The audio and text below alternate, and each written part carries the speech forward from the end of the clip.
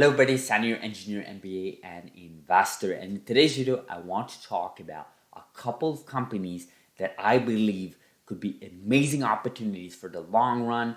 I want to share some of those names with you guys. Again, not financial advice. We provide information for free so that you guys can run away with it and share it with your friends, family, and a couple of other investors. Before we do get into today's video, you guys know the drill. Like this video, smash that like button, destroy that like button, really does help the channel. If you did not subscribe yet, what are you waiting for? Join that community, do subscribe and hit that notification bell. And if you have any comments, input, or even a suggestion as to what opportunity we should be looking out for, leave it in the comments below. So lots of action in the recent days, especially with companies like Tesla, and there were many companies that posted their earnings as well, such as Airbnb. And there were some companies in the biotech space that I think they're really got really hit hard because of this volatility in the public markets. I've mentioned this in the past, but the biotech space has been in this bear market since the year started, 2021. It sort of peaked in late January, and this has been known in the public market as the longest bear market in the biotech space. Just keep that in mind, right? Whenever you have the longest bear market, then you should be expecting like some sort of slingshot effect in the public markets. Things cannot just go down forever. There has to be a sense of a bull run, right? That's the whole point of calling it a bull run. You need to have that unless the sector you're investing in or the technology you're investing in are going obsolete. We believe that CRISPR is here to stay. We believe that genomics is here to stay for a new era, especially what happened with the pandemic. But even after the pandemic, as we go back in our quote-unquote normal life, I think things have changed forever for the better for this space. For example, NVDA is one of those companies. If you just take a look at their stock price in the past year alone, look at this, guys. Since January, this company got hit over 61%. That is a crazy drop, okay? Don't forget, right? This may seem obvious from some of you, but if it went down 60%, for it to go back to its all-time high, it needs to increase by 120%, right? Just keep that in mind, right? This is a huge drop, right? This is no joke, but it's part of the game. It is very risky. Biotech as a space is risky. It's part of the investment thesis that you have to be here for the long term.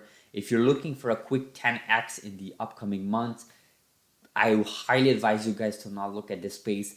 This is for the long run, but NVDA is definitely one of those companies that a lot of people are interested in.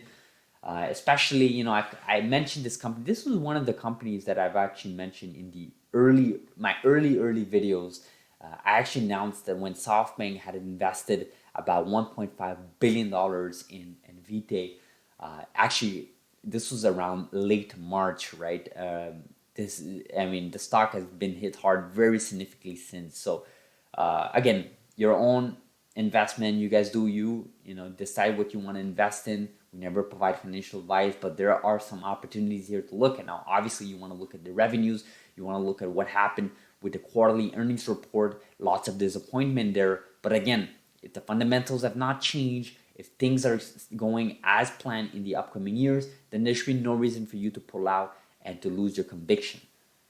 Other companies here, look at this, guys. CRISPR Therapeutics is down so big.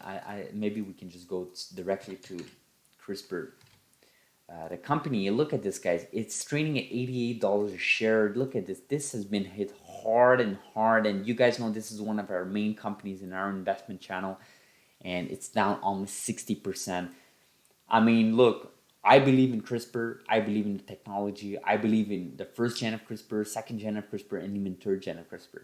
I think the total addressable market is so huge. There's so many patients out there that are in dire need of an actual cure, not a temporary alternative that takes off pain for a little bit and that is extremely expensive, which is what your big pharma companies are mostly doing. You need CRISPR technology to enter in these spaces like sickle cell disease, beta thalassemia, and we have CRISPR therapeutics that have a proven program that have already cured over 50 patients as of today, but they're still not FDA approved.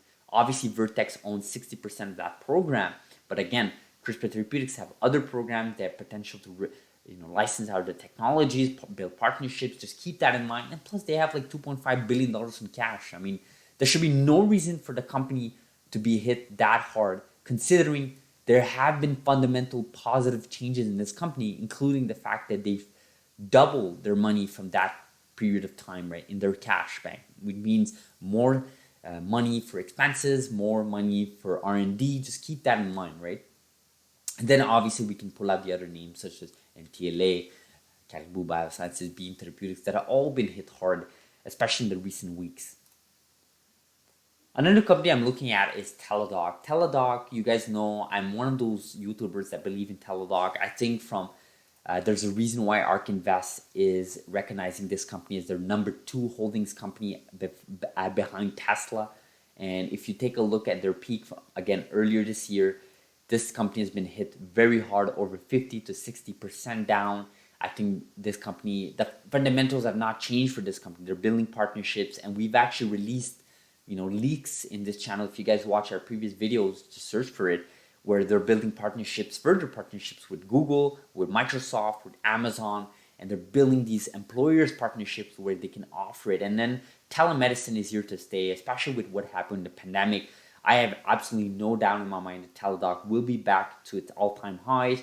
Now, will it be back in the next 3 months, in the next 6 months, in the next year? That I cannot tell. I'm not a wizard. I don't have a crystal ball. But I do know this company, the fundamentals have not changed. And I strongly believe where we are heading as a society, telemedicine is here to stay. Pull up your phone, pull up your app, get in contact with a doctor.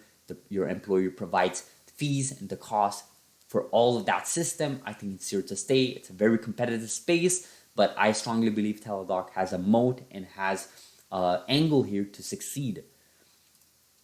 And then another company here, totally unrelated with biotech, but again, I want to provide you guys some insight here as to what my thinking is PayPal, right? PayPal got hit really hard in its earnings release, and that was because they sort of adjusted their earnings expectation for next year. But again, the company is hit like 30 to 35%. This is a huge company. PayPal is a huge company. This is a $238 billion company. Again, not financial advice. I'm not saying that if you invest today, it'll be back to its all-time highs. What I am saying is that if you think about this, PayPal, they've entered the quote-unquote crypto space, and they've announced a deal with Amazon. If you don't know what I'm talking about, just Google it. In that same earnings call last week. And to me, it's absolutely ridiculous to think that we can live in a world where PayPal, just disappears, right? PayPal is here to stay. They have a moat with small and medium-sized businesses. They have these partnerships going on. I've never seen so many websites offering the checkout from PayPal than ever before. And don't forget, they make fees from that. And just the idea of being a P2P with Venmo, I think it's here to stay. Again, it's a huge carb company. Don't expect like a 10x in the upcoming year. Again, you never know in these markets, but you should not expect that when you invest in these big tech companies or these big, large cap companies. But again, you want to hedge yourself against these high risk volatility stocks that you picked, right? Not financial advice. Again, this is the third time I'm saying this video because this video is really primarily on stock prices and opportunities. But just remember that, right? Whenever you have these high risky stocks in your portfolio, you want to hedge that against that with some quote unquote safer bets. But again, I might have told you that earlier October, and you've been down 20% since then. So is it really a safe stock? It's not. It's a high risky stock as well. But again, you want to play the smart, guys. As a portfolio, you guys know how I view things. I don't day trade. I don't worry about these price fluctuations. I look at the long-term picture. I look at the next 3, 7, 8 years. Okay, this is a huge time frame, right? In 2017, I was looking at 22, 23.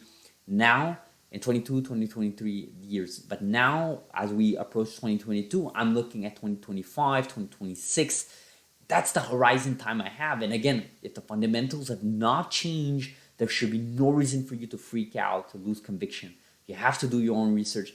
Let me know what you guys think about these companies I just named. in the comments below. I'm curious to see what you guys think, whether that's about some of these biotech companies, some of these CRISPR companies, or even these big market cap companies like PayPal. Let me know in the comments below.